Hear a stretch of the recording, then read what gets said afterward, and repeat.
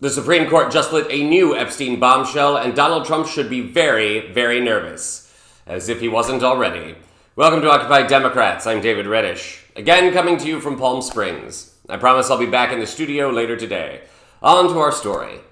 Amid the ongoing chaos in this nation, the murder of right-wing wonk Charlie Kirk, the politicization of his death, more mass shootings, including one at a Mormon church, see our other videos for more on that, and Trump's disastrous visit to the United Kingdom, one story continues to have legs. At this point, it's a frickin' centipede, in fact. I refer, of course, to the Epstein files and the lingering questions surrounding Donald Trump's knowledge of, or participation in, Epstein's crimes. Earlier this month, a birthday card surfaced that raised some incriminating questions. We begin with the House Oversight Committee and this image. And our point here is not to get mired in what might be the salacious aspects of this, but rather to leave this up for you to remember.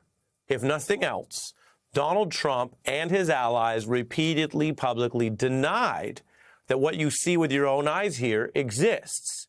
This was from the Epstein estate. It is allegedly from and signed by Donald Trump, dating back to 2003. The body content, the word many have used about it, the obvious representation of a woman here, the references to youth, young women, or even underage women are all contained here. You know, if you're a regular viewer of our channel, and if not, subscribe now, you know I've mentioned that card before. Until now, I've also avoided pointing out the positioning of Donald Trump's signature. Yeah, use your imagination there. And yes, it gets even more incriminating, so stay with me here.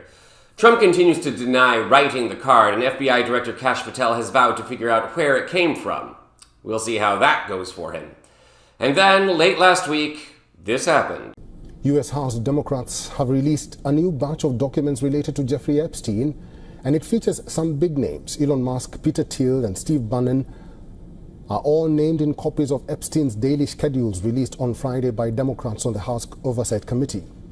These daily schedules are from 2014 to 2019 and show that Epstein had plans to meet with Republican donors Elon Musk and Peter Thiel and conservative commentator Steve Bannon.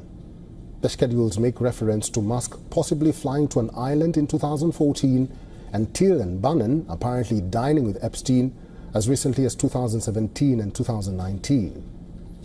Oh yes, a host of Trump allies were just outed for their associations with Jeffrey Epstein, and in the case of Elon Musk, a trip to Epstein Island. What could he be doing there?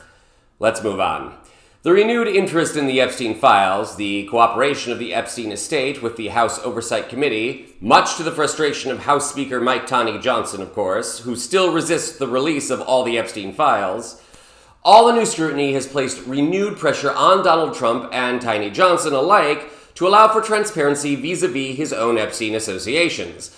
And now the Supreme Court might just get involved. Recall that Epstein's accomplice, Ghislaine Maxwell, has thus far resisted sharing her own knowledge of Epstein's activities, in large part due to her serving her own sentence for sex trafficking. Well, now the Supreme Court is considering a decision that could loosen her lips. Happening today, the U.S. Supreme Court is set to vote on whether to take up Ghislaine Maxwell's appeal to overturn her federal sex trafficking conviction. She claims an agreement Jeffrey Epstein made with federal authorities that shielded him from prosecution should have covered her as well. Maxwell is serving 20 years in federal prison. Joining us now to discuss this and more, CNN's chief U.S. Supreme Court analyst, Joan Piskupic, and CNN legal analyst, Carrie Cordero. Joan, you first. This Maxwell appeals case is one of hundreds the justices will be making decisions on very soon. What does that say to you in her appeal, and what will we know if the justices take it? Sure. In fact, they're meeting right now, Wolf, looking at hundreds and hundreds of petitions were filed over the summer.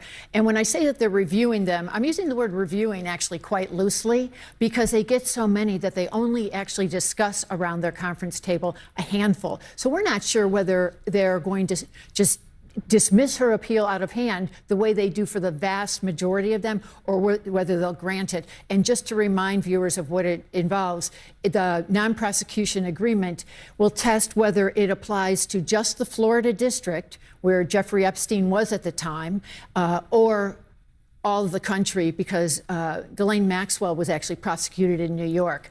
And in terms of timing, we could know as soon as the end of this week, or we could know in a couple different weeks, because the justices often will stagger the results of their conference hearing today. Yeah, good point. Carrie, how do you see the strength of Ghislaine Maxwell's case right now, and how do you expect the justices to rule?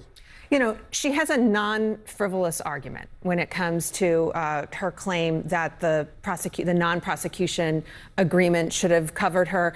That's because, as Joan was saying, she was prosecuted in a different district. The government is arguing that the use of the words United States in the non-prosecution agreement was what she could, how she was able to be prosecuted, and the Southern District of Florida was saying that it covered anything. And in what actually happened was that she was prosecuted, even though the government says that the Southern District of Florida was the one making the case against her. So she has an argument that other circuits have disagreed about, and so in this particular case, there's what's called the circuit split.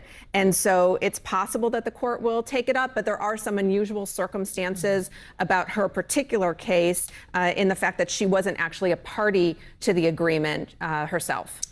That's right, folks. Ghislaine Maxwell might well get her own sentence tossed. And if she does, that would free her up to dish on everyone who knew about or participated in Jeffrey Epstein's crimes. Recall that Maxwell was recently moved to a cushy minimum security prison after meeting with Trump's former lawyer and current Department of Justice employee, Todd Blanche. In that meeting, Maxwell denied having any knowledge of Epstein's associates. Her transfer to a minimum security prison is widely seen as a kickback of sorts, a way to keep her quiet. But if the High Court tosses her conviction, that would rob Trump of any leverage he has over her through the Department of Justice. And you can bet that every news outlet on the planet would be pressing Maxwell to spill all the rotten details. Needless to say, this is a developing story. Count on us here at Occupy Democrats to keep you up to date as new details emerge. From Palm Springs, I'm David Reddish.